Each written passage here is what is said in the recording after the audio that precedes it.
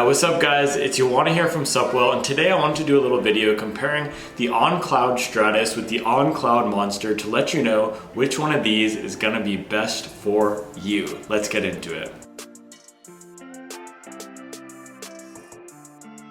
The On Cloudstratus came out a few years ago as On's foray into the max cushion trainer market. When this thing was released, it was probably On's best received shoe by the critics and by the enthusiasts out there to date. It had a ride that was a bit softer than anything else the brand had offered due to this double layer of Helion foam CloudTech pods in the midsole. It also continued to be a very stable and well-fitting, well-riding shoe, and that's due to this heel clip around the back here, which holds the foot in place. Then also the way that these pods are structured underfoot provides for stable landings. The On Cloudmonster is a more recent entry into the market. This came out about a year after the Cloudstratus, and again, it was On's attempt at creating a max cushion shoe that could be accepted by the mainstream and loved as that new max cushion favorite.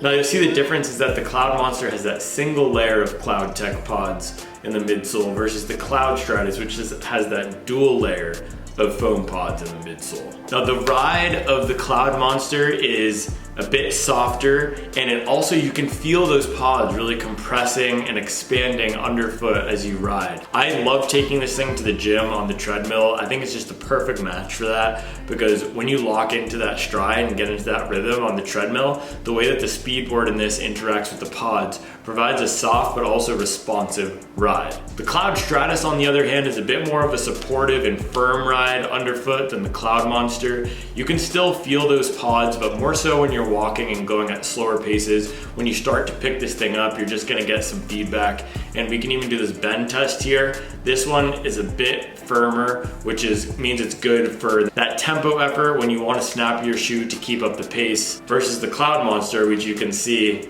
here is a little bit easier to bend than the Cloudstratus is.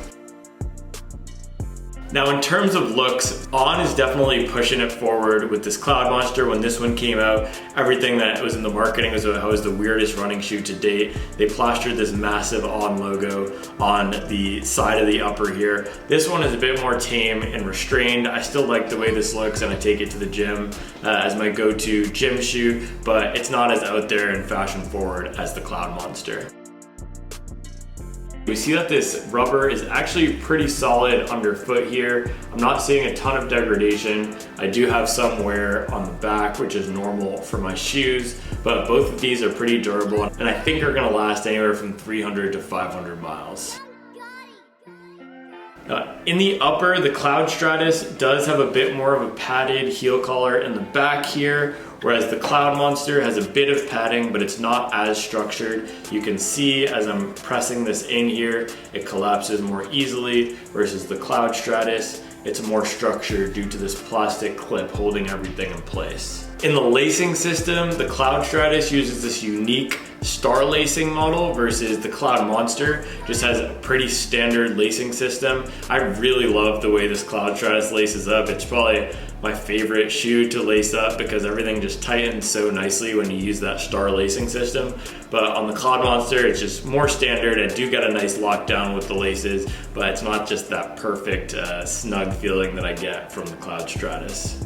The upper on the Cloudstratus is a bit different material. It has more of that scratchy mesh, almost basketball jersey feel, versus the upper on the Cloudmonster is a bit more solid, and it's almost like a waxy canvas type of situation on this one.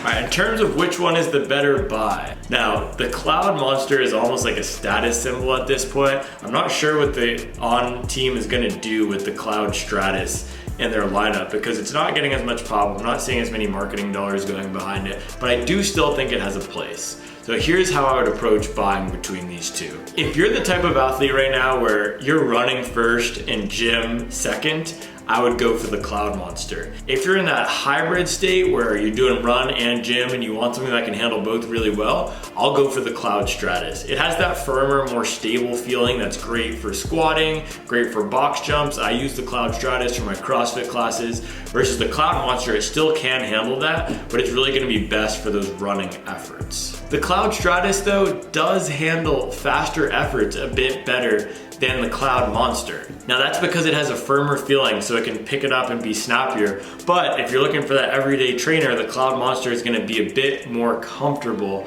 due to the softer feel for all those paces from your easy pace up to your interval paces. All right guys, so there we have it. That is a comparison between the Cloudstratus and the Cloudmonster. Let me know in the comments below if you've tried them, what you think of them, and also let me know what you think the On team is gonna do with the Cloudstratus. Are they gonna kill this thing, or are we gonna see a Cloudstratus V3? All right, thanks for watching guys. Like, subscribe, and appreciate you following along the journey.